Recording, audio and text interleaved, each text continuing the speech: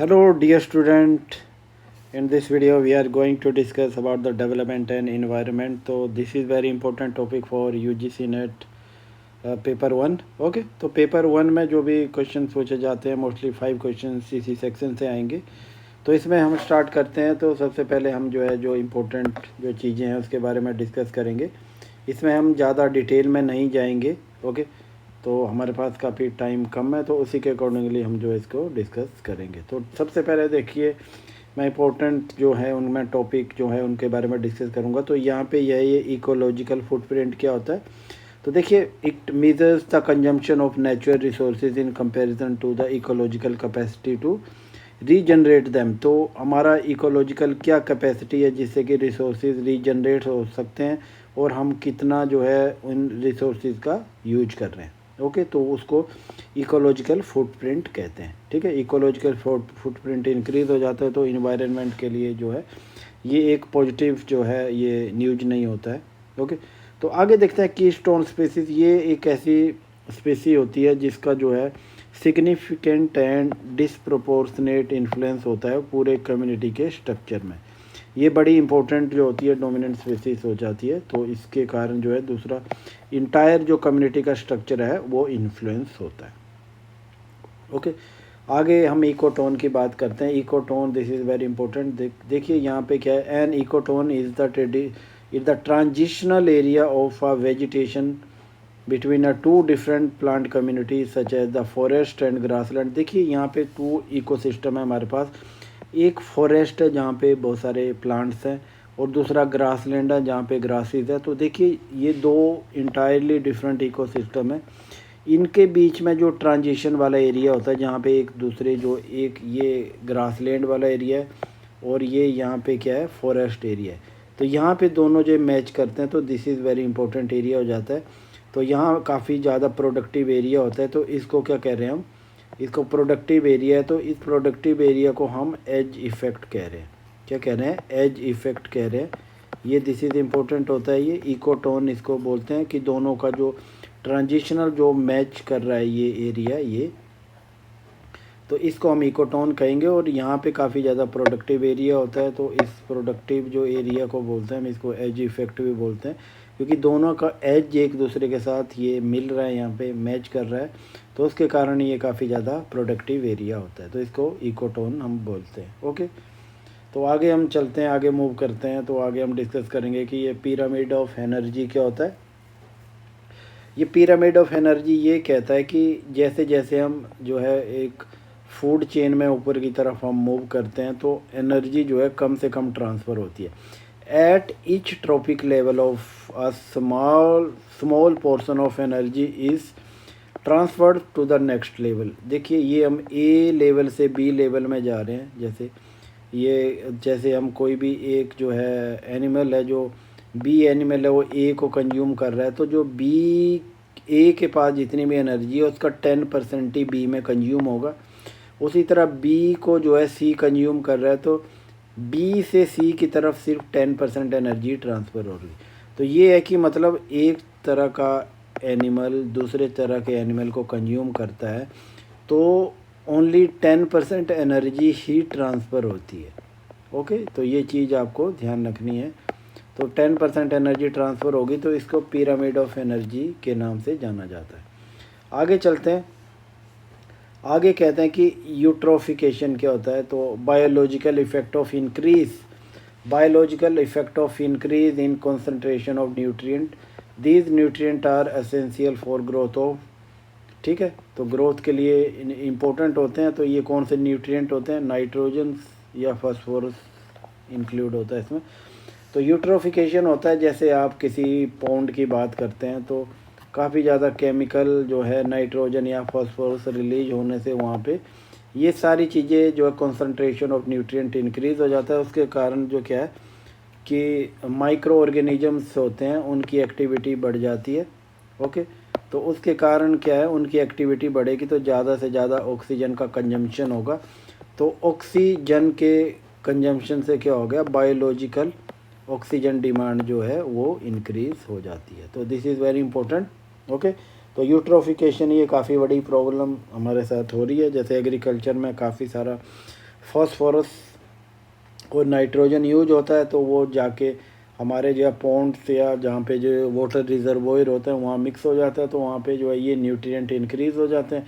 Nutrient increase होने के कारण जो है माइक्रो ऑर्गेनिज्म की एक्टिविटी इंक्रीज़ हो जाती है, तो उसके कारण क्या है ऑक्सीजन की डिमांड और काफ़ी ज़्यादा इंक्रीज़ हो जाती है। ओके, तो ये यूट्रोफिकेशन हमारे साथ जो है प्रॉब्लम काफ़ी ज़्यादा जो है ये डोमिनेंट बनती जा रही है।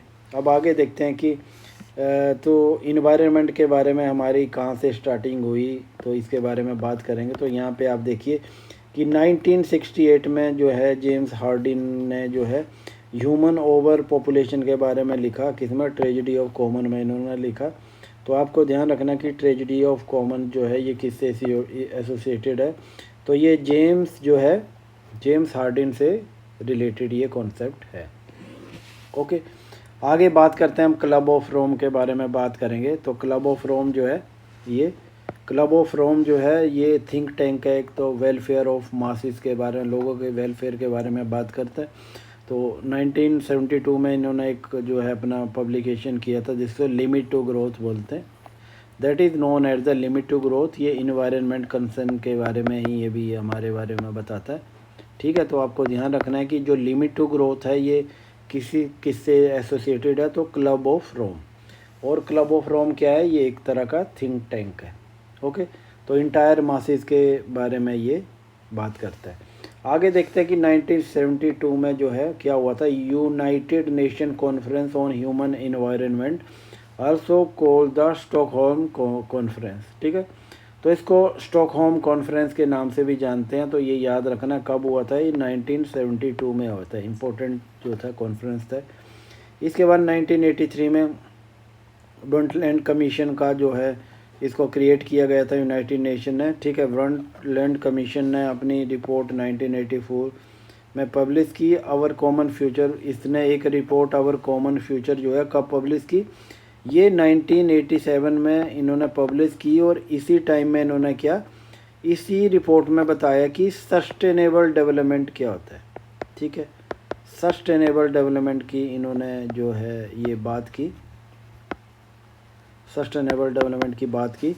एंड जो है आगे आप देखते हो कि समिट है, ये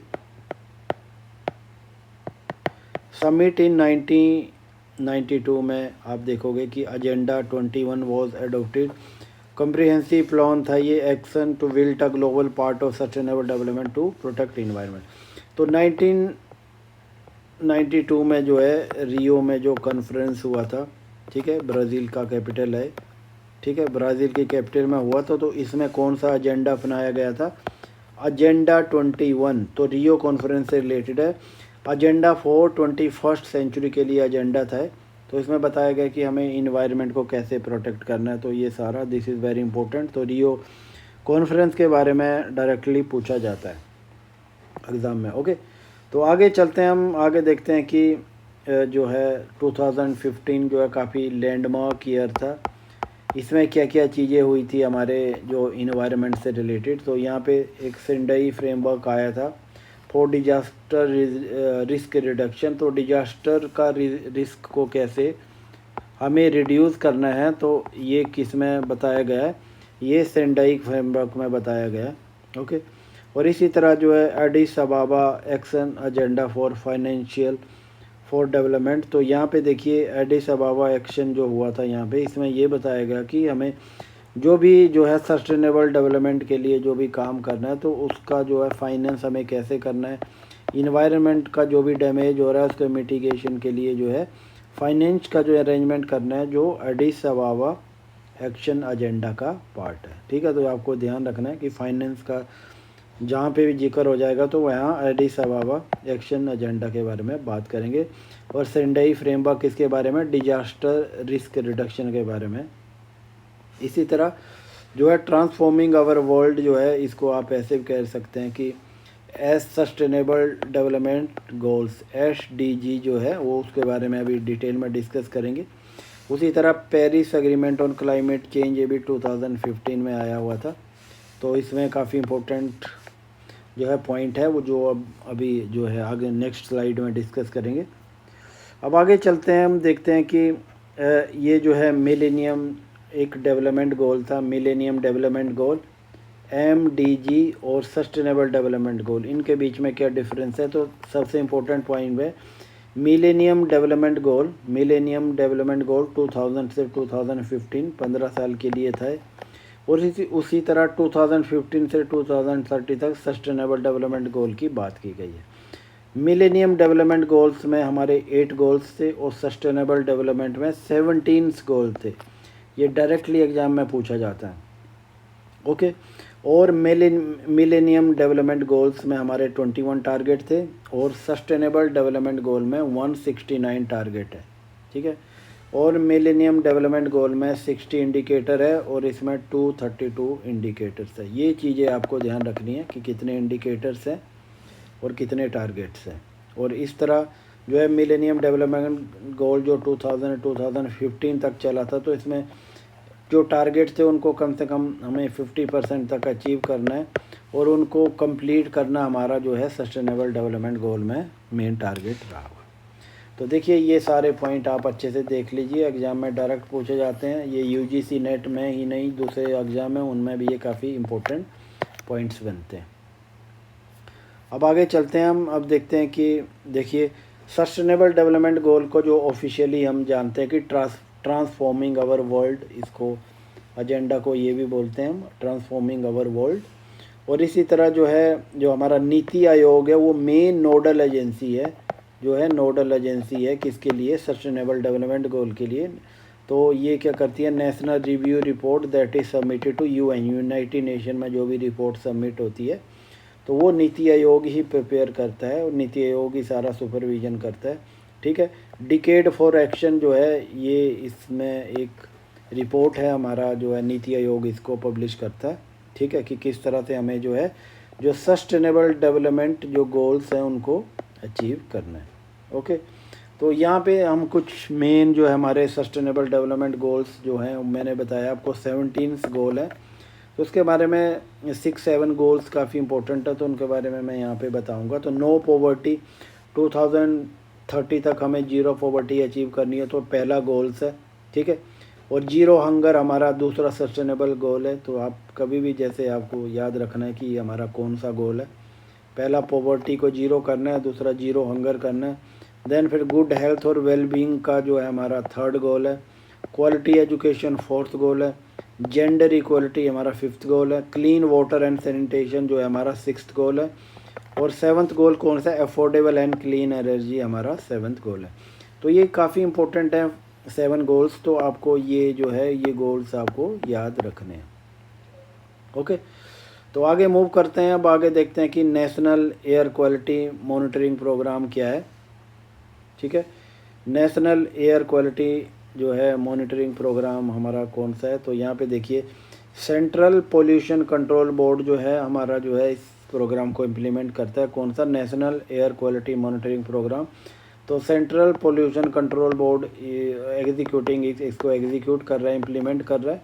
ठीक है, नेशनल एयर क्वालिटी इंडेक्स जो है ये 2014 में लॉन्च किया गया था, ताकि हमें जो है किस एरिया में कौन सी क्वालिटी है हमारी जो है वो जो है हमें एयर क्वालिटी का पता चल जाता है। जैसे दिल्ली में जो है AQI क्या है? AQI, ठीक है, एयर क्वालिटी इंडेक्स।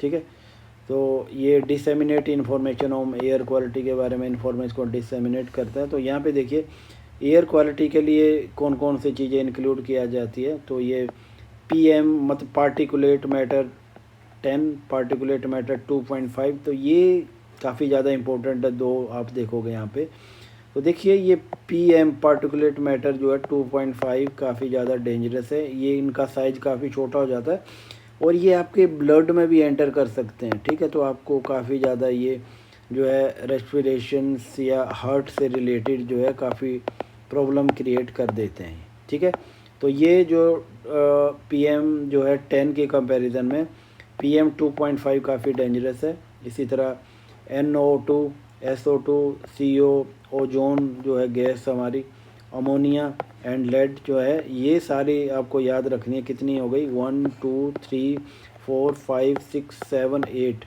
तो ये सारा आपको इंडेक्स से ये याद रखना है कि कौन कौन सी गैसेज इसमें इंक्लूड है, तो उसका nitrogen, sulphur, carbon dioxide, ozone, ammonia, ठीक है, लेड। तो ये सारी गैसेस काफ़ी ज़्यादा डेंजरस है, ठीक है, एयर क्वालिटी को ये पोल्यूट करती हैं, तो इनके बेसिस पर ये इंडेक्स प्रिपेयर किया जाता है। अब एयर क्वालिटी इंडेक्स की अलग अलग वैल्यू होती है। अगर एयर क्वालिटी इंडेक्स आपका 0 से 50 के बीच में है तो ये गुड क्वालिटी होती है, 51 से 100 है तो सेटिस्फैक्ट्री होती है, और मॉडरेटली पोल्यूटेड 101 से 210 तक है तब मॉडरेटली पोल्यूटेड है। पुअर कब है, ये 201 से 300 के बीच में, ओके, वेरी पुअर 301 से 400 के बीच में, और सीवियर आपका 401 से 500 के बीच में, ये याद रखना है आपको, ओके। अब देखिए Safar app for location specific information. अगर आप सफ़र ऐप को डाउनलोड करेंगे तो पर्टिकुलर लोकेशन की क्या एयर क्वालिटी है वो आपको यहाँ से पता लग जाएगी। तो किसने इम्प्लीमेंट किया इसको, मिनिस्ट्री ऑफ अर्थ साइंस हमारी जो है, ये मिनिस्ट्री ऑफ अर्थ साइंस ने इसको इम्प्लीमेंट ये रिलीज करती है। तो उसको आपको जो है पर्टिकुलर लोकेशन की एयर क्वालिटी के बारे में पता चल जाएगी, ओके। अब देखिए यहाँ पे इमिशन नॉर्म्स है हमारे, आपको पता है कि जैसे जो हमारी व्हीकल्स होती है तो उसमें भी एक जो है होता है कि हमारा इमिशन नॉर्म्स को फॉलो करे। तो इसमें यहाँ पे भारत स्टेज 1, 2, 3, 4, 5, 6 है। तो हमने क्या किया है, अभी हम 6 पे चल रहे हैं, हमने जो है जो 5 जो है इसको स्किप कर दिया है। तो आपको ये चीज़ ध्यान रखनी है कि हम जो है इमिशन स्टैंडर्ड में जो है अभी 6 में चल रहे हैं, 5 को स्किप कर दिया है, ओके। अब आगे बात करते हैं कि oxygen depletion in water body. तो हमारी वाटर बॉडीज़ हैं उनमें ऑक्सीजन कम हो रहा है। आपको पता है कि पानी में भी ऑक्सीजन होता है, तो तभी तो उसमें अंदर जो है जो फिश हो गई, दूसरे ऑर्गेनिज्म होते हैं वो सर्वाइव कर जाते हैं। तो high level of organic matter, जैसे मैंने आपको बताया कि इसमें नाइट्रोजन और फॉस्फोरस होता है, increase the rate of decomposition by bacteria. जो बैक्टीरिया होती है उनकी एक्टिविटी ज़्यादा बढ़ जाती है और ऑक्सीजन का ज़्यादा यूज करते हैं, विच यूजेज फॉर दिस प्रोसेस। तो ऑक्सीजन का काफ़ी ज़्यादा यूज हो जाता है, इसलिए जो भी वाटर बॉडीज़ होती है वहाँ पे ऑक्सीजन कम हो जाती है। तो हमें क्या करना है, जो भी जो है नाइट्रोजन जो हो गया या फिर जो है फॉस्फोरस होता है, इनका कम कंटेंट अगर इन वाटर में जाएगा तभी हम जो है ऑक्सीजन को मेंटेन कर पाएंगे, अदरवाइज़ ऑक्सीजन की वहाँ पे शॉर्टेज हो जाती है।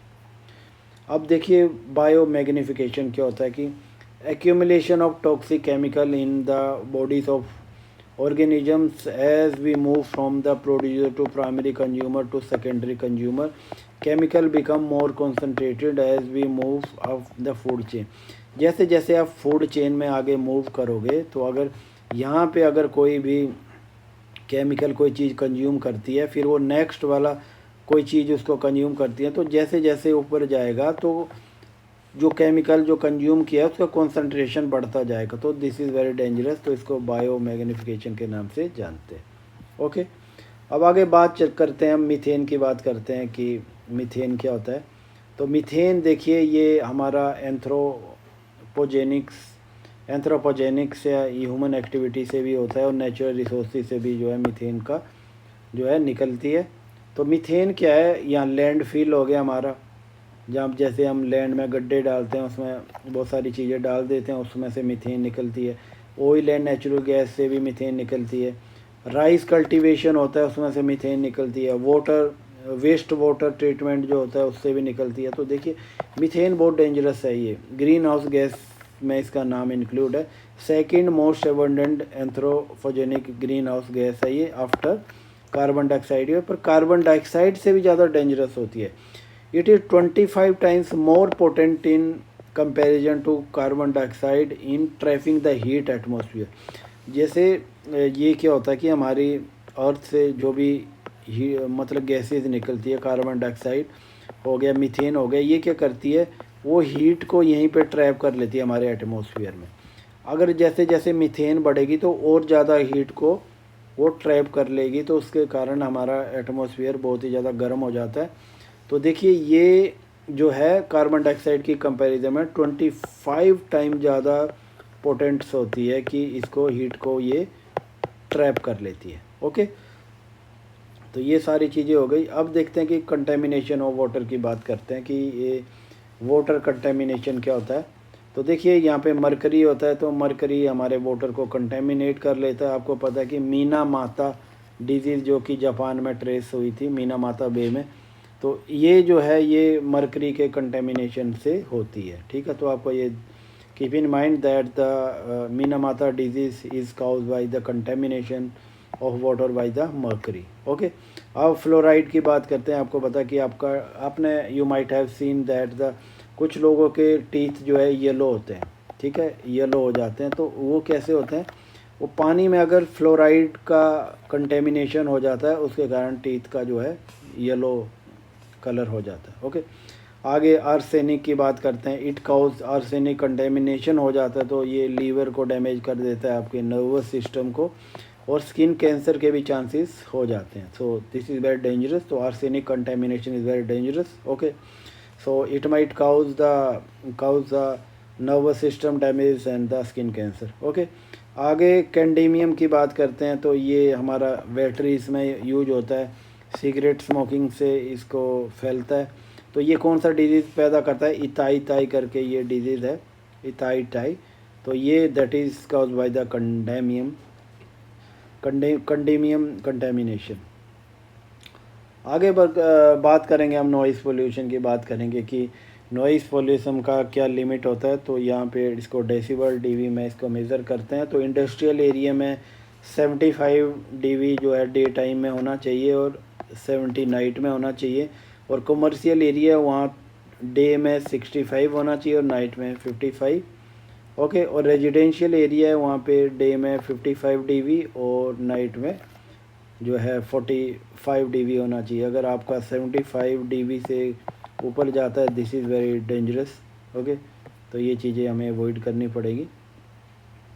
आगे बात करते हैं कि सॉलिड वेस्ट मैनेजमेंट की बात करते हैं। तो ये कैसे हम सॉलिड वेस्ट का जो मैनेजमेंट करते हैं, तो ये एरोबिक कंपोस्टिंग क्या होता है? बैक्टीरिया होते हैं तो वो क्या करते हैं, organic present in solid undergo the in presence of air under a hot and moist condition is called the composting। तो यहाँ पे देखिए इस कंडीशन में क्या होता है कि हमारी हवा की प्रेजेंस में, ठीक है, एयर की प्रेजेंस में जो होता है, जो बैक्टीरिया जो होते हैं तो हमारे जो है डिकम्पोज कर देते हैं वो किसको, जितने भी जो सॉलिड जो हमारा वेस्ट होता है उसको कर देते हैं, और फाइनल प्रोडक्ट है ह्यूमस, एक तरह का ये ह्यूमस में कन्वर्ट कर देते हैं, वो फर्टिलाइज़र के यूज में फॉर्म में यूज होता है। तो इसको एरोबिक कंपोस्टिंग कहते हैं। एरोबिक मतलब इन प्रेजेंस ऑफ एयर। ठीक है, आगे वर्मी कंपोस्टिंग क्या होता है? Joint action of earth worms और एरोबिक माइक्रो ऑर्गेनिज्म का यूज करके हम वर्मी कंपोस्टिंग करते हैं। उससे भी हमारा जो है वेस्ट मटेरियल जो है उसको हम जो है उसका जो मैनेजमेंट करते हैं, उसका वेस्ट मैनेजमेंट करते हैं। आगे इंसिनरेशन, तो आपको पता ही है क्या होता है। Incineration of waste material convert the waste into acid, पहले एस में कन्वर्ट कर देता है। Okay, and flue, okay, and gas and the heat. Okay, तो यहाँ पे क्या है, इंसिनरेशन मतलब किसी चीज़ को आप गर्म कर देते हो, उसको जला देते हो, तो उस केस में भी जो वेस्ट जो कन्वर्ट जो हो जाता है किसमें, एसिड में हो जाता है। ओके, तो यहाँ पे गैस फ्लूइड जो गैस हीट में कन्वर्ट हो जाता है। तो इंसिनरेशन भी एक टेक्निक है हमें वेस्ट मटेरियल को डील करने में। आगे बात करते हैं कि पायरोलिसिस क्या होता है। ये तो solid is converted into liquid state में कन्वर्ट हो जाता है पायरोलिसिस प्रोसेस के थ्रू, देन लिक्विड को हम गैस में कन्वर्ट कर देते हैं। तो यहाँ पे देखिए पायरोलिसिस में क्या हो जाता है कि लिक्विड को पहले नहीं, सॉलिड को पहले लिक्विड में कन्वर्ट करो, सॉलिड से लिक्विड में करो एंड लिक्विड से गैस में कर दो। तो इस तरह से हम जो है सॉलिड वेस्ट से हम छुटकारा पाते हैं। लैंडफिल क्या हो गया कि आप किसी गड्ढे में जो है वेस्ट मटेरियल को उसमें आप उसको स्टोर कर सकते हैं। ठीक है, इसके लेटर ऑन इसके काफ़ी ज़्यादा नेगेटिव रिपरकशंस हो सकते हैं।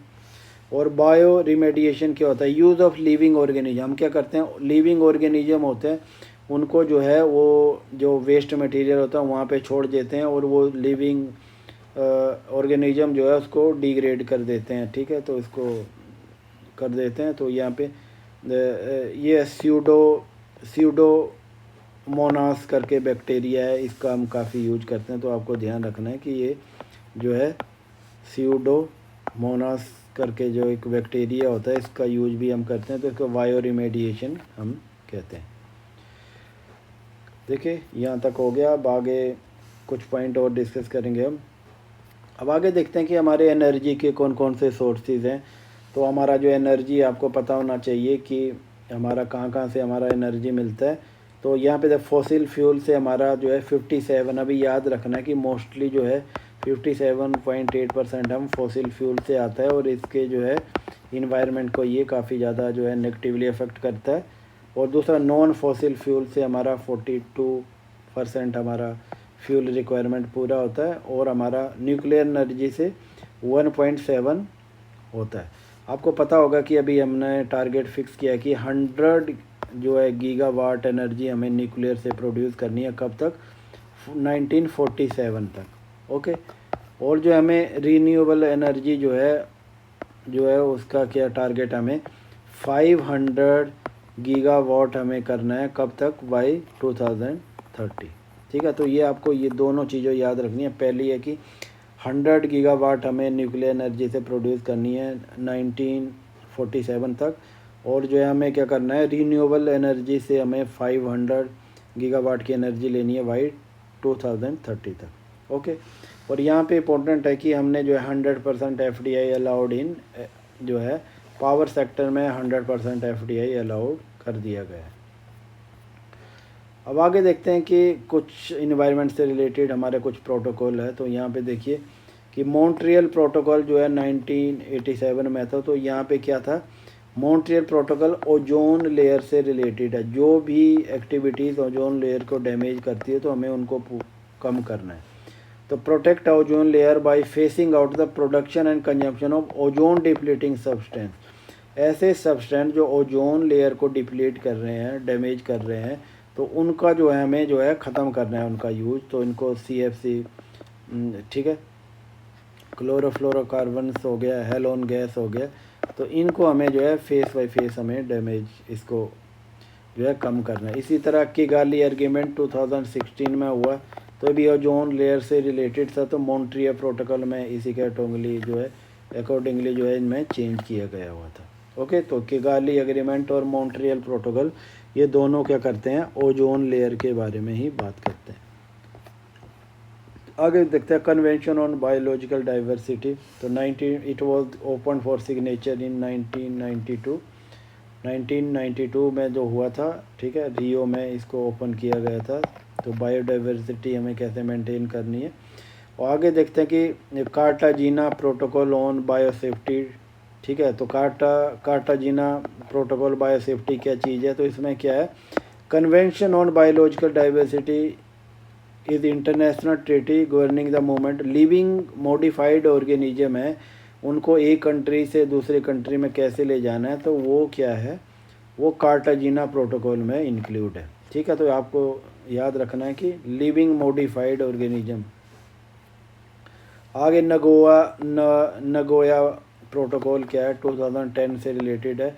इसमें ये ऐसा है कि हम जो है जेनेटिक रिसोर्सेज जितने भी हम जो यूटिलाइज कर रहे हैं, तो उनका जो है बेनिफिट जो है सबको इक्वली अक्रॉस द वर्ल्ड मिलना चाहिए। जैसे हम बायोटेक्नोलॉजी में जितने भी रिसर्च कर रहे हैं, जेनेटिक रिसोर्सेज का यूज कर रहे हैं, ताकि इसका बेनिफिट्स जो है सभी कंट्रीज़ को मिले, फेयर एंड इक्विटेबल। अब आगे क्योटो प्रोटोकॉल की बात करते हैं। तो 97 में ये क्योटो प्रोटोकॉल आया। तो इसमें क्या था, cut a green house gas emission by 5% from the 1990 level by 2012। कि इसमें बताया गया था कि हमें 1990 में जो भी पोल्यूशन का लेवल था ग्रीन हाउस गैसेज का, उसके 5% हमें रिडक्शन करना है। और ये कब तक अचीव करना है, 2012 तक करना है। ठीक है। इंडिया ने इसको 2002 में रेटिफाई कर दिया था। US ने इसको कभी भी रेटिफाई नहीं किया, ये ध्यान रखना है, तभी जो है ये इसको इम्प्लीमेंट नहीं किया गया। ठीक है। तो ये 2005 में 2005 में जो है ये कम इनटू फोर्स जो है इम्प्लीमेंट हुआ था। ठीक है। तो पर US ने इसको रेटिफाई नहीं किया, तो इसलिए ये जो है अचीव नहीं हो पाया।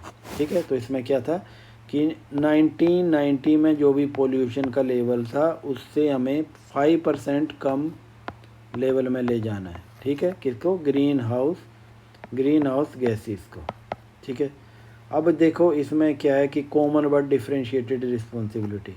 इसमें देखिए जो डेवलपिंग कंट्री थी, पुअर कंट्री थी, उनमें कम जो है टारगेट फिक्स किए गए थे, और जो डेवलप कंट्री थी उनके लिए बड़े टारगेट फिक्स किए गए, तो इसीलिए इसको कॉमन बट डिफरेंशिएटेड रिस्पॉन्सिबिलिटी के नाम से जानते हैं। इसमें जो है जो इंडस्ट्रियल कंट्री थी, इंडस्ट्रियल जैसे अमेरिका हो गया, फ्रांस, इंग्लैंड, इनके ऊपर जो है बाइंडिंग टारगेट थे, आपको जो टारगेट जो है वो बाइंड किए गए थे। और इसी तरह कई नेशन, अनेक्स 1 नेशन कौन थे इसमें भी पता है, जो डेवलप कंट्री जो थी उनको अनेक्स 1 कंट्री बोला गया। और अनेक्स 2 कंट्री कौन थी, अनेक्स 1 की ही कुछ पार्ट थी जिनको कि बोला गया कि तुम्हें जो है डेवलपिंग कंट्री को पैसा देना है, फाइनेंशियल सपोर्ट प्रोवाइड करनी है, ठीक है। तो ये क्या हो गया, अनेक्स 1 में सारी डेवलप कंट्री आ गई, और जो अनेक्स 2 में वो कंट्रियाँ थी जिन्होंने डेवलपिंग कंट्रीज़ को पैसा देना है, ठीक है। और इसे नॉन अनेक्स 2 कंट्री कौन आ गई, जिन पे कोई भी बाइंडिंग कमिटमेंट नहीं थी। जैसे डेवलपिंग कंट्री, पुअर कंट्री थी, उन पे कोई भी टारगेट फिक्स नहीं किए गए थे। ओके, अब आगे बात करते हैं कि कॉन्फ्रेंस ऑफ पार्टीज़। तो कॉन्फ्रेंस ऑफ पार्टी हमारी जो है इम्पोर्टेंट है, जिसमें इन्वायरमेंट से रिलेटेड डिसीजन लिए जाते हैं। तो यहाँ पे पहली पार्टी हमारी जो है 95 में बर्लिन में हुई थी। देन थर्ड कॉन्फ्रेंस काफ़ी इंपॉर्टेंट ही जो तो क्योटो में हुई थी, क्योटो प्रोटोकॉल के नाम से जानते हैं। और 11th जो है मॉन्ट्रियल 2005 में हुई थी, और 21st जो है वो पेरिस में हुई थी, ठीक है। तो यहाँ पे देखिए हमारा जो है India committed at conference of party 26 जो हुई थी ग्लासगो में हुई थी, उसमें इंडिया ने अपनी कमिटमेंट दी थी to get a 500 gigawatt non fossil energy by 2030 की 2030 तक हमें 500 गीगावाट एनर्जी जो है नॉन फॉसिल एनर्जी से हम जनरेट करेंगे। इसी तरह 50% एनर्जी फ्रॉम रीन्यूएबल रिसोर्सेज, जो है हम जो है 50% अपनी एनर्जी जो है रीन्यूएबल रिसोर्सेज से जनरेट करेंगे। कब तक, बाई 2030, जो कि मैंने अभी पहले डिस्कस आपके साथ किया है। आगे पेरिस अग्रीमेंट की बात करते हैं हम। तो पेरिस अग्रीमेंट में क्या था, तो पेरिस अग्रीमेंट में ये था ग्रीन हाउस गैसेज जो है उनको रिड्यूस करना है, ठीक है। तो 29 आर्टिकल है इस अग्रीमेंट में। कितने आर्टिकल हैं, 29 है। और to keep a global temperature rise within 2% from the pre industrial level, ठीक है। इसमें ये बताया गया है कि प्री इंडस्ट्रियल लेवल पे जितना भी हमारा जो है टेम्परेचर था, उसके मैक्सिमम 2% तक हमारा टेम्परेचर ऊपर जा सकता है, इससे ऊपर नहीं जाना चाहिए। इसमें वैसे 1.5% जो है एक लिमिट रखी गई है, पर मैक्सिमम 2% से ऊपर नहीं जाना चाहिए। कोशिश करेंगे कि 1.5 तक ही हम लिमिट रखें। ओके, तो पेरिस अग्रीमेंट काफ़ी इम्पोर्टेंट है। तो यहाँ पे आप देख सकते हैं कि 29 आर्टिकल है। ग्रीन हाउस, देखिए ग्रीन हाउस गैसेज क्या है, ये हमारी अर्थ है, तो अर्थ से जो हमारी गैसेज निकलती हैं तो वो क्या करती है, वो हीट को ट्रैप कर लेती है, तो इनको ग्रीन हाउस गैसेज बोलते हैं, ठीक है। ये गैसेज जितनी बढ़ेगी हमारा अर्थ उतना ही ज़्यादा होटर बनता जाएगा, उतना गर्म होता जाएगा, तो हमारे ग्लेशियर मेल्ट डाउन हो जाएंगे, पूरे जो है इकोनॉमी के लिए, पूरे कंट्रीज़ के लिए काफ़ी ज़्यादा नेगेटिव इम्पैक्ट्स हो गए। तो हम कोशिश करते हैं तो इन ग्रीन हाउस गैसेस का जो है इमिशन जो है कम करें, ठीक है। तो यही हमें जो बताया गया है। तो अगर हमें चाहते हैं कि प्री इंडस्ट्रियल लेवल से हम 1.5% ज़्यादा जो है हमारा टेम्परेचर ना बढ़े, तो हमें क्या करना होगा, ये जो ग्रीन हाउस गैसेज है इनको कम करना होगा। तो यही हमारा पेरिस अग्रीमेंट में डिस्कस किया गया है। ओके दोस्तों, थैंक्स फॉर वॉचिंग। तो देखिए काफ़ी इंपॉर्टेंट है, आप बार बार देखिए इसको, घुमा फिरा के यहीं से क्वेश्चन पूछे जाते हैं। काफ़ी ज़्यादा जो है आपको बड़े यूनिक क्वेश्चन नहीं पूछे जाएंगे, आप उनको एलिमिनेट कर सकते हैं अगर आप इस वीडियो को अच्छे से देखते हैं। Okay, thanks for watching.